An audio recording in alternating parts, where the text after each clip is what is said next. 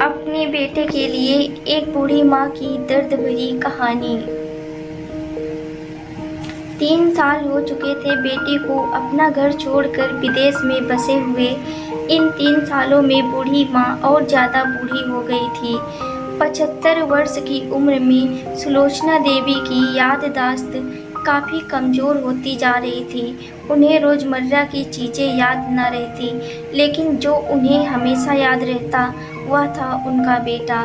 दिन हो या रात, एक पल भी ऐसा न होता जब उन्हें अपने बेटे की याद न आती। दूसरी तरफ बेटा था जो साल भर में एक आध बार अपनी माँ को फ़ोन कर लिया करता और 1-2 मिनट से ज़्यादा बातें भी न किया करता। फिर भी यह बूढ़ी माँ टकटकी लगाए अपने बेटे का इंतज़ार करती रहती। एक दिन बेटे का विदेश से फ़ोन आया।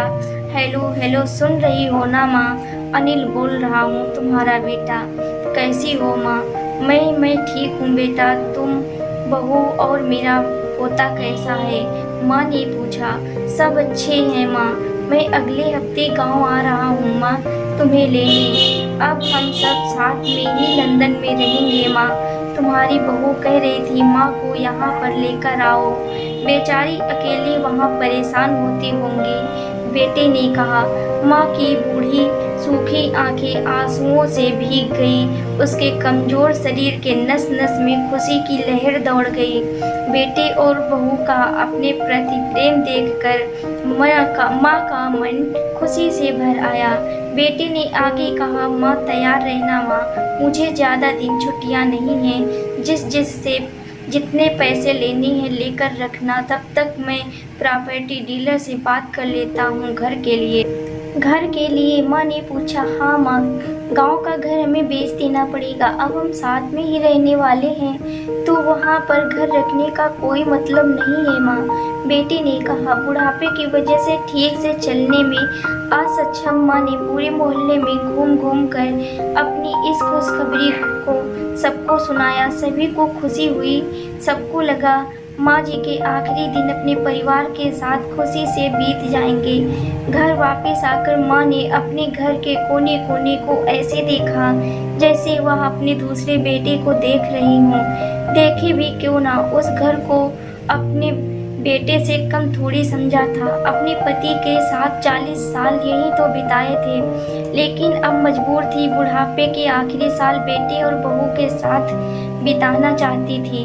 दिल पर पत्थर रख कर घर बेचने के लिए माँ तैयार हो गई। आनन फानन में बेटे ने घर को आधे दामों में बेच दिया। माँ ने ज़्यादा नहीं, लेकिन जिन चीज़ों से दिल लगा था उन चीज़ों को समेटा और बेटे के साथ टैक्सी में बैठकर एयरपोर्ट के लिए चली गई। एयरपोर्ट पर आकर बेटे ने माँ से कहा, माँ तुम यहाँ बेंच पर बैठो, मैं सामान और बोर्डिंग पास की जांच करा कर आता हूँ। वहाँ वक्त लगता है और खड़ा रहना पड़ता है, तुम्हें तकलीफ होगी, तुम यहीं आराम करो। मैं यूँ गया और यूँ आया। माँ बेंच पर बैठ गई और बेटा अंदर चला गया। काफ़ी समय हो गया, बेटा वापस नहीं लौटा। माँ सोचने लगी ज़्यादा भीड़ होगी इसलिए देर लग रही होगी। अंधेरा होने को आया। अब तो लोगों की चहलकदमी भी कम होने लगी। माँ को चिंता होने लगी। एक कर्मचारी ने आकर पूछा, किससे मिलना है माँ जी आपको? यहाँ पर क्यों बैठी हैं? डरती हुई आवाज़ में सुलोचना देवी बोली, मैं, मेरा बेटा अंदर सामान जांच कराने गया है, लंदन जा रहे हैं हम। नाम क्या है माँ जी आपके बेटे का? कर्मचारी ने पूछा।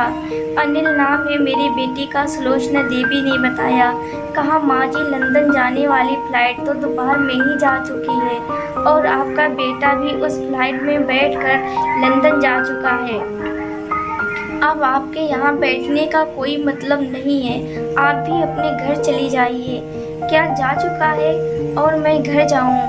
घर? माँ की आंखों से आंसुओं के सैलाब उठने लगे। जैसे तैसे माँ घर पहुँची, जो अब उसका था भी नहीं, बिक चुका था। वो वहीं बरामदे में तुलसी के पास सो गई। घर के नए मालिक को उस पर दया आई तो एक कमरा किराए को उसको दे दिया। पेंशन के पैसों से खाना और किराए का बंदोबस्त हो जाता था।